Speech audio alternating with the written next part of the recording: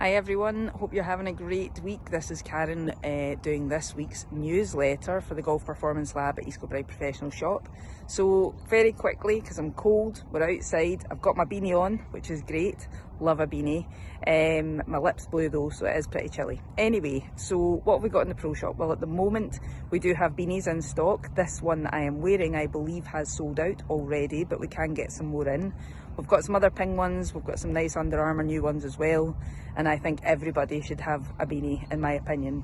The other thing that we have, which is Graham has just put on specials, which is woods, hybrids, fairway woods, sorry, drivers, fairway woods, hybrids. So they are going out at such a good price, and if you want the choice of lofts and shafts, come in and see soon. So if you were thinking of treating yourself, now is the time to do it if you want the best possible price.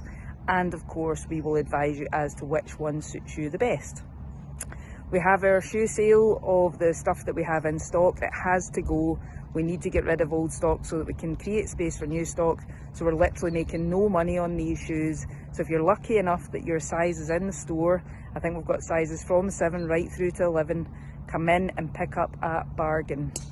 Everything's getting more expensive in golf nowadays, clothing, equipment, but we do obviously price match as best as we can.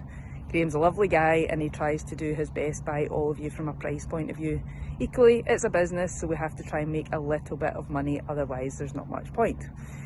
Anyway, so what else have we got? All the new Under Armour stuff is in, which is very nice for the autumn winter. I think most of that is actually in the store now, so we shouldn't be expecting any more of that in. So again, if you want your first choice of stuff, come in.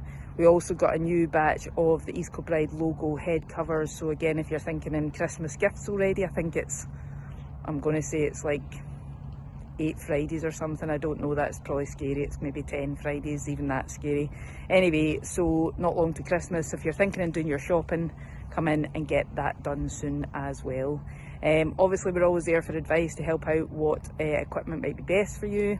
This is also now the time of the year if you want to get better, to start your practice, which I know Graham has spoken about in the past with lesson packages and whatnot, but really just practice packages too. And you know that if the weather isn't that great, we do have the indoor facilities, both in the indoor swing lab and the indoor putting lab, which are available for hire for you to come in and practice. So in reality, there's no excuse. We should all get a bit of practice in this winter.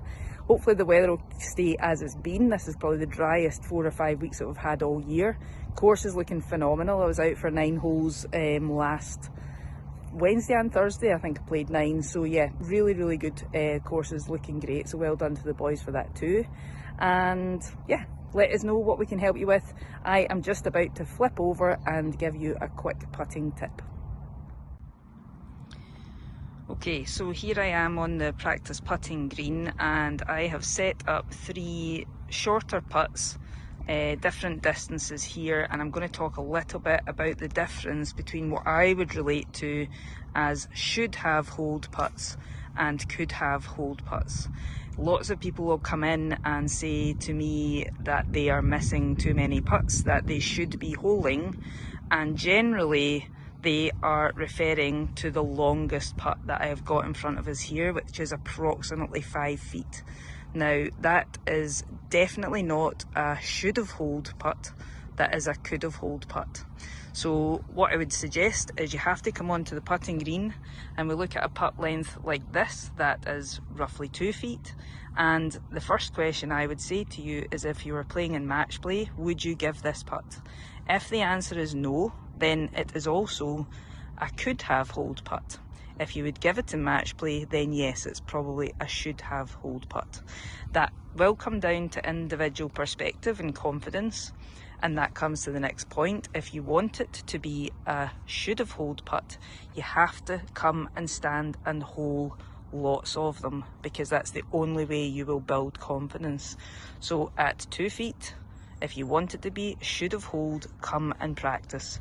When we then look at something that's more like 4 feet, let's just have a double check at that, it's maybe closer to 3 feet, I'm just pacing. So yeah, it's probably about 3.5 feet. This putt, again, something that people would get really annoyed at for not holing enough of, but in reality this is not a should have hold putt, it's a good opportunity. If we want to eliminate 3 putts, then you want to build your confidence at short putt distances so that your longer putt or your first putt distance doesn't have to get literally 4 inches from the hole to make it an absolute tap in 2 putt. So try to work on your perspective on short putts and what are should have putts and what are could have putts, and then try to get into your confident distance from your first putt so that you can make more 2 putts. I hope that makes sense.